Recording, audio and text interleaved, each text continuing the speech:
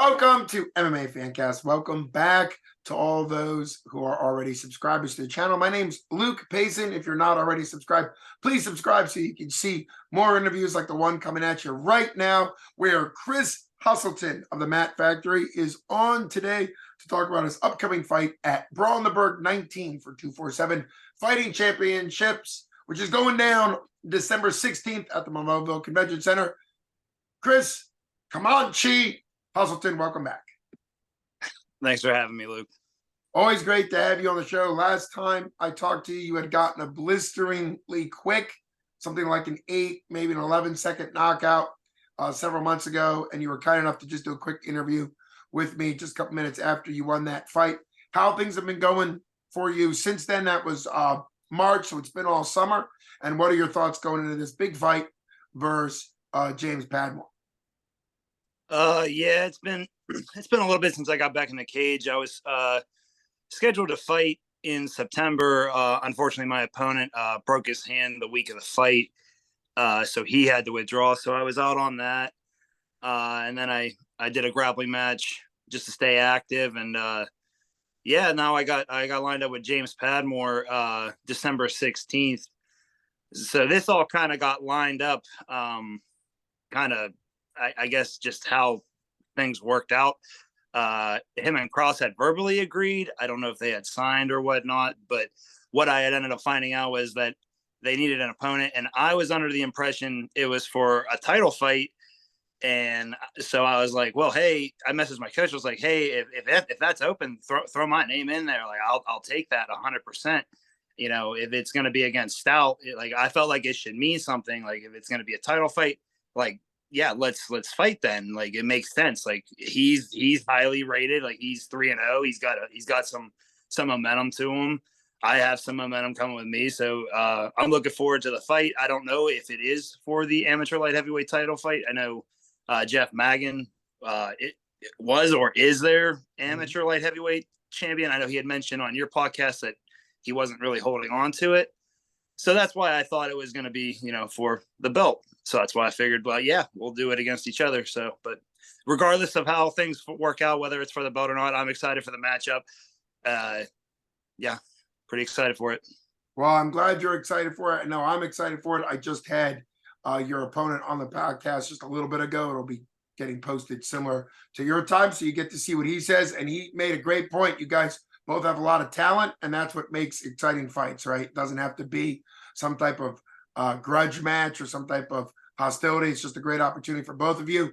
That'll be a decision for, Hunter Hammerstag and Ryan Middleton and Jim Mooney, to my understanding, and I'm actually outside of the loop. I only know what gets posted as far as, what matchups are, but I believe it's not for a title. You make a pretty good explanation of why you thought it was. But obviously, I think it's going to be very entertaining. What are your thoughts about it being advanced amateur in Pennsylvania? Your first time fighting 3-minute rounds. I think West Virginia might have longer rounds, but didn't really matter. You barely fought for 20 seconds, so clearly that didn't really matter. So what are your thoughts going into the ground and pound rules and no shin guards and, the advanced amateur rule set in the Commonwealth of Pennsylvania? Yeah, I'm looking forward to it. I mean, it's we as amateurs, we get through those first 3 fights in Pennsylvania. This is I guess our first real test of it. I mean, I fortunately was able to fight in West Virginia. I was able to utilize my ground and pound there as well. So, I mean, I'm familiar with the skill set. I mean, Isaac has us always training for ground and pound, regardless of the rule set. When it comes competition time, we play to the rule set, but we're always training for, pro at always in situation stuff like that. So yeah, I'm looking forward to it. I'm personally looking forward to having a little bit longer of a fight. I haven't had a fight really go outside the first round yet. So I'm looking forward to actually having a conversation with my cornerman. So I'm looking forward to it. I'm really looking forward to it. Well, it makes sense that you'd want to actually get to the end of the first round. Although who knows, if you knock people out quickly, I guess it really doesn't matter that you don't get to the end of the first round. But that's a very interesting point to point out. What is it like being coached by and training at the Mat Factory and being coached by literally a legend who's still at the top of his game, both as an athlete, competitor, and coach in Dr. Coach Isaac Greeley. What's it like working under him and having him in your corner? I mean, he's just like I say he's God sent, man. Like he's the example. Like, I mean, how he lives his life in all ways. Uh he's very motivating, and he's a true leader. And when I say leader, that's somebody who leads from the front, leads by example, and that's him to a T. And the knowledge that he has over the years of working with, I mean, all sorts of legendary names. I mean, like he has Bo Nickel, Jason Nolf, like, big names at the top of the sport today that he's worked with personally. He has so much knowledge, and he's so willing to pass it on. And just the way that he teaches as well, like he simplifies things for literally anybody to truly understand and comprehend, which makes him a true talent. Because there's a lot of people that can coach, they get into coaching, but like people who can actually apply their knowledge and make it teachable to everybody is kind of rare, and he excels in that. And it just, learning under him's absolutely amazing. And then I have Chris Williams, who's also with us at the Mat Factory now on Mondays. Working with them two together is deadly combination is what I say. But it's been nothing short of a blessing to fall into the position I'm in with the coaches on the mat. Makes perfect sense. It's that balance between being confident in what you do and also being confident and relying on your coaches. It's got to be that balance. When you see fighters that get a little too self-confident, they start disagreeing with their coaches. They start, kind of, and that doesn't ever end well. And so, I think it goes a long way. You're being coached by some of the absolute best. And that's what I think, your opponent had just said. The gym matchup between Stout, which is one of the top gyms in Pittsburgh, if not the bigger area, just like you were saying, the Mat Factory, the level of competitors that have come out of there, both in the past, like Chris Dempsey, you mentioned a bunch more, and even in the present. What's it like for you with the momentum, coming off this knockout? I know there's been some time, but what's it like for you coming in? The last time you were in the cage, it was, I don't know if we ever got an official time. I know Tapology has it 23 seconds, which we don't think is right. I was there live. We kind of think it was somewhere around maybe 11 or 12 or even under 10 seconds. It really just depends. But anyhow, you couldn't have had a better, faster fight. So what's it like bringing that energy? As you know, your opponent is coming off a big knockout win himself. So what do you think that does for both of you coming into this fight? I'm just going to say first, Chip Schneider on record had said 7 seconds. 7. Okay. Hey, we'll just, what it is what it is. That's in the past. It's awesome that, he has 3 knockouts, and he's a talented athlete. And I have nothing but respect for James and his team. Like, I talked to Mike Wilkins at Sprawl on the Berg, and I was complimenting him. Like, he's a hell of a cornerman. And unfortunately, I'm sure he's going to have to, he's going to be in James's corner against me. So I'm going to have to face that. But, I had nothing but respect for him and those guys over there. So it's a fun matchup. And both of us coming off explosive knockouts. I mean, who doesn't want to see that, in the cage, us versus each other, and see what happens. It carries a lot of momentum for us, and I'm just excited for it. I'm excited for it as well. You brought up the fact that you're both bringing momentum. What do you see as a prediction? If you don't want to make a prediction, then talk about, whatever else you want to talk about as far as the fight goes. But I think you both have every reason to believe that you're bringing in momentum. You both have every reason to believe that you have the skills and the talent to beat the other person. And that's why the fight is actually going to be entertaining and exciting. It's not exciting to watch a fight where you're pretty sure of the outcome. This fight, as a fan, you can be sure of the outcome because you're a fighter, just like Padmore is confident in himself. But what do you think as far as predictions and outcomes go? Not much on predictions, because anything happens in that cage once you step in there and fists start flying. But I will say this is going to a finish. I believe one way or another, this doesn't go to a decision. We're both, explosive, hard hitting guys. This is going to a finish.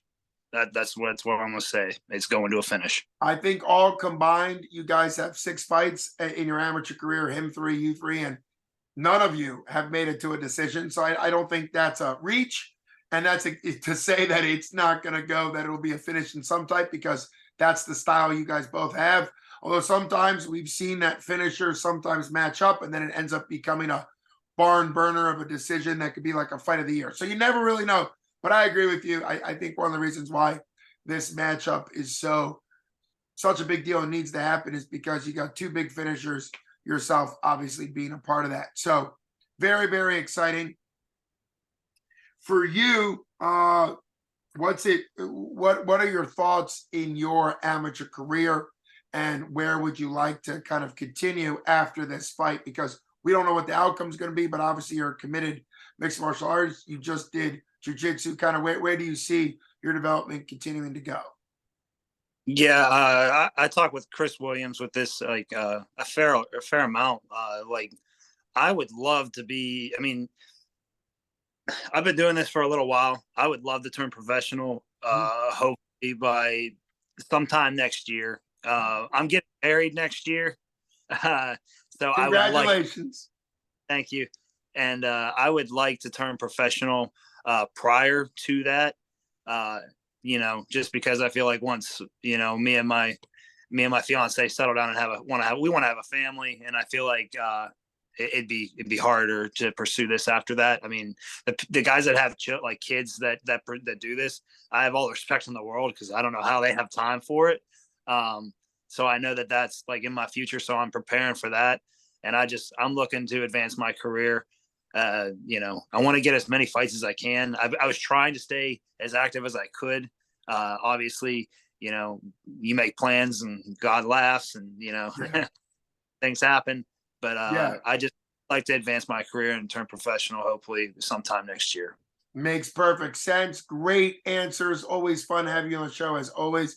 This really is a much-watch fight, not only because you and your opponent, James Padmore, are both incredibly entertaining knockout finish guys, but also this is a great gym matchup between 2 gyms that do cross train. We're not making this into a problem. You know, as you know, both the Mat Factory and Stout are buddies. The coaches get along. There's a lot of give and take. You know, athletes train with each other. I believe on Sundays there's some type of cross training. So this is wonderful, and always great. Even Padmore, on the interview I did with him, says that, you know, he's been invited many times to train over at the Mat Factory. I believe he said you, and also he's buddy with the big heavyweight that knocks everybody out now. Julian. I don't know why my brain is getting that. I love you, Julian. Don't punch me. Yeah. Oh, and speaking of a pro fighter, or an almost pro fighter, he got married, and now he's Julian, and now he's going to be, I believe, a pro fighter was the plan. So you bring up a good point there with going pro. So yeah, no, I'm excited for the matchup. I do want to thank like Hunter and sure. Jim and Ryan for, you know, getting this all put together. Once I heard the option was available, and I threw my name in the hat, there really wasn't much, you know, time in between when we got the contract on my way. So I want to thank those guys for getting the, you know, pen to paper on that. And I'm excited for the matchup, and respect to him and his team. Well, you both have great respect for each other, which I think makes for great fights. You don't need the trash talk when you have the skills and the abilities in the gym behind you that you do. And hats off to the legendary matchmaker, Jim Mooney, the very devilishly handsome GM, Hunter Homestick, and the King Mahaf himself. I made sure I gave him a good title there. The King Mahaf himself and Ryan Milton, all wonderful guys, all at the heart of 247 Fighting Championships. A great reminder now, with as many good fighters that are on that card, your fans and your friends need to get tickets now from you. 247fighting.com. It's going to be an absolutely incredible event. Just what's been announced is absolutely enough to sell out an arena, and it's only 6 or 7 fights been announced. It's going to be absolutely incredible, as always. Yeah, I guess we're about ready to wrap up. I guess my quick question to you would be, What are your thoughts on the main event? Justin General Patton, who seems to always be either the main event or the co-main event. What are your thoughts on him being the main event as he usually always is? Dude, he's gonna kill it. He's an absolute killer, man. He's a leader in our gym. You know, he leads by example, and he's gonna crush it, man. I have no doubt in my mind. I have all the faith in the world in Justin. He deserves the spot he's in. He's worked hard for it. He's one of the hardest workers in Pittsburgh, and he deserves every bit that he's got. So. Well, it's going to be an incredible card. And of course, other Mat Factory people, in addition to yourself, our colleague Joe Thomas, who's taking on an undefeated female MMA fighter. I mean, it's just every fight, everything is going to be so big. I really appreciate you taking time out to come on the show. As always, my name's Luke Basin for MMA Fancast, and you've been listening to Chris Huselton. Thanks so much for coming on the show. Thanks. Take care, and a happy Thanksgiving to you, and a happy Thanksgiving to everybody. We're made it to Thanksgiving week, which you might not be able to enjoy as much as I, but I will eat food for you. You take care. You got it, buddy. You take care, Chris. All right. Yes. Bye.